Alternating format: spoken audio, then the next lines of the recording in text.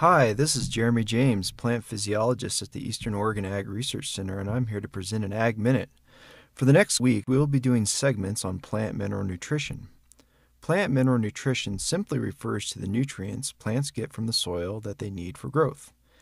If you have spent time gardening, you know nutrients in the soil are an important factor determining how well plants grow.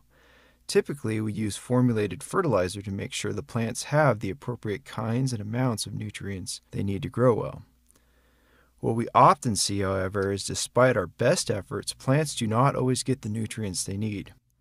Over the next week, we will talk about the types of nutrients a plant needs, why they need these specific nutrients, as well as toxic elements plants can inadvertently take up that make them grow poorly.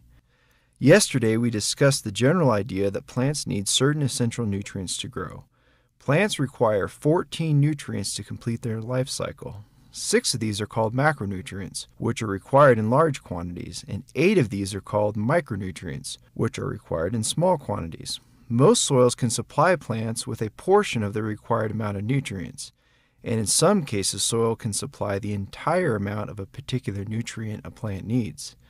In many cases, however, soil nutrient availability is not enough to meet plant nutrient demand, and a nutrient deficiency occurs. Sometimes deficiencies are mild, such as a little leaf yellowing.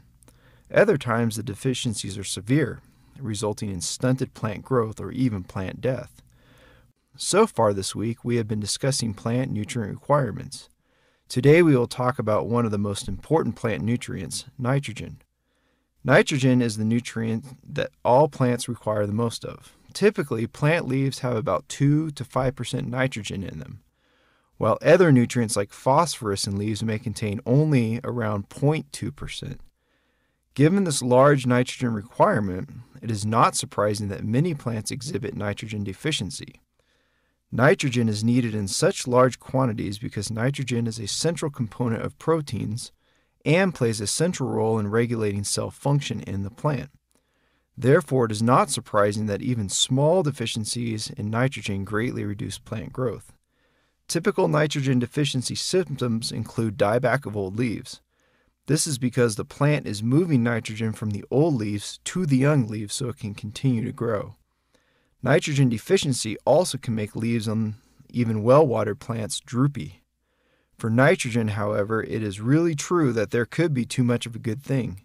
For example, over-fertilizing with nitrogen in cereal crops can stimulate too much stem growth, resulting in lodging of the crop.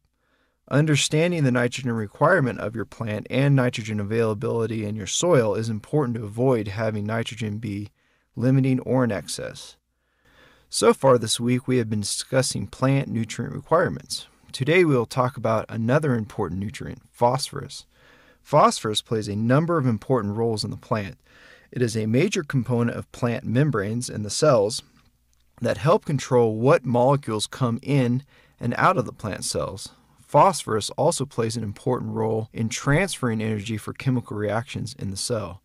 Therefore, phosphorus deficiency can impact metabolic processes in the leaves, resulting in the accumulation of compounds like starch. Phosphorus requirements for most plants typically range from 0.3 to 0.5% of leaf dry matter. Phosphorus deficiency usually results in a reduction in leaf surface area, reduced number of leaves, and an increase in green leaf pigments. This makes the leaves very dark green in color. Of course, it is possible to apply too much phosphorus. In general, leaf phosphorus concentrations greater than 1% in the plant are probably going to be toxic. So far this week, we have been discussing plant nutrient requirements and have discussed nitrogen and phosphorus.